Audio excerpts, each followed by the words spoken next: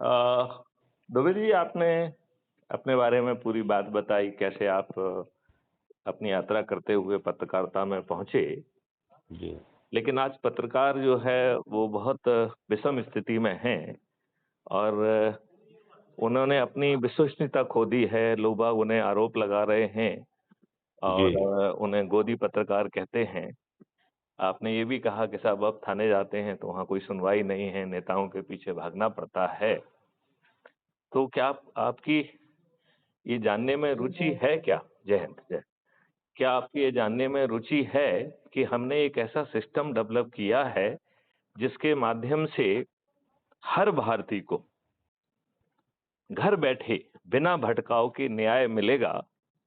यदि आप सुनना चाहें तो मैं विस्तार से उसे आपको समझाना चाहूँगा जी, और ये भी बिल्कुल। और ये भी चाहूँगा कि उस पे आप बारीकी से तथ्यात्मक प्रतिक्रिया दें और उसकी जहाँ आपको लगता है कि मेरी बात उचित नहीं है, उसका आप खंडन भी करें और उसकी आलोचना भी करें। जी, बिल्कुल। तो हमारी समस्या ये है कि पहले तो कानून ही गलत बना है। देखिए, कानून को भ्रामक ढंग से हमने पहले संज्ञेय और असंज्ञेय में बाँट दिया, जिसको कॉग्निजेबल और नॉन कॉग्निजेबल कहते हैं। ठीक है ना? जी, फिर हमने सिविल ऑफेंस बना दिया और फिर हमने रेवेन्यू ऑफेंस बना दिया। मतलब आदमी 4 तरीके से प्रताड़ित हो रहा है, केवल एक छोटे हिस्से के लिए जिसको हम कॉग्निजेबल कहते हैं। आप थाने में जाइए तो ये व्यवस्था कानून ने की है कि आपकी सुनवाई हो और आपकी एफआईआर दर्ज हो। जी, आपको शायद जानकारी में होगा कि उत्तर प्रदेश के ही एक ललिता कुमारी versus state of Uttar Pradesh का केस हुआ है, जिसमें जी, सुप्रीम कोर्ट ने 6 सिक्वल जजमेंट दिए हैं और जिसका निचोड़ ये है कि अ, जो पहले प्लेजर डॉक्ट्राइन थी, सैटिस्फैक्शन डॉक्ट्राइन डॉक्ट्राइन थी थाने प्रभारी की, उसे खत्म कर दिया है और कोर्ट ने ये बड़ा स्पष्ट निर्देश दिया है कि यदि जो रिपोर्ट की जा रही है उसके कंटेंट से अपराध घटित होना परिलक्षित हो रहा है तो पुलिस को केस रजिस्टर करना पड़ेगा।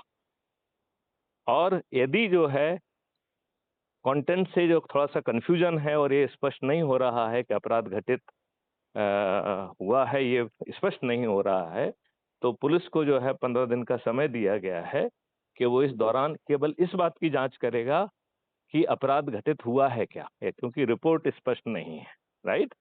जी, इसका मतलब है अपराध का साक्ष्य इकट्ठा नहीं करेगा। जी, अपराध घटित हुआ कि नहीं हुआ केवल इस बात को देखेगा, ठीक है ना?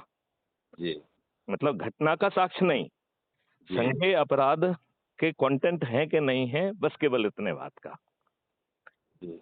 इतने स्पष्ट और सुप्रीम कोर्ट के आदेश होने के बावजूद भी क्या थाने में आपकी सुनवाई हो रही है? नहीं हो रही। मेरा ऐसा अपना अनुमान है कि लगभग 90% को केसेस में थाने से जो है आवेदन लेके, गाली देके या किसी भी तरीके से भगा दिया जाता है और आपका एफआईआर दर्ज नहीं किया जाता है।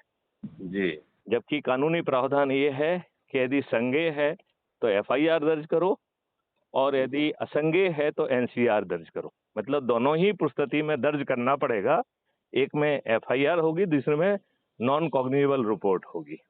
जी, लेकिन ये ग्राउंड पे हो नहीं रहा है, राइट? बिल्कुल नहीं हो रहा है। और 90% केसेस में आपको भगा दिया जा रहा है। अब हुँ, आप किसी अधिकारी के पास जाओ, नेता के पास जाओ, तो भटक कौन रहा है? जो पीड़ित जो विक्टिम है, जो पीड़ित है, जी, वही भटक रहा है कि नहीं भटक रहा है? बिल्कुल भटक रहा है। अच्छा, भटकाव से, प्रभाव से, लेन-देन से यदि उसने अपना केस रजिस्टर करा भी लिया है, तो उसकी विवेचना ठीक ढंग से नहीं हो रही है, तो उसके लिए भी भटक रहा है। भटक रहा है और समय पे अगर शिष्टाचार ना पहुँचा तो विवेचना भी उसके फ़ेवर में हो या ना हो इसमें भी कन्फ्यूज़न है। करेक्ट। और इसके बाद जब जो है चालान भी पेश हो जाता है, तो उसे 20-30 साल का जो है न्यायालय में भी इंतज़ार करना पड़ रहा है और वो भी न्याय मिलेगा कि नहीं मिलेगा, भगवान मालिक है। बिल्कुल सही। यदि इस बैकग्राउंड में मैथिली शरण गुप्त कहें कि भाई साहब, अब तुम्हारे घर पे बैठने के समय आ गए हैं, आप अपनी रिपोर्ट हम तक पहुँचाओ और अब तुम्हारी लड़ाई हम लड़ेंगे। मतलब विक्टिम को कहीं नहीं भटकना है, ना थाने जाना है, ना किसी नेता के पास जाना है, ना कोर्ट में भाग-दौड़ करना है, ये सब काम हमारा सिस्टम करेगा। कैसा लगा आपको ये सिस्टम? बहुत अच्छा सुन के लगा जो है।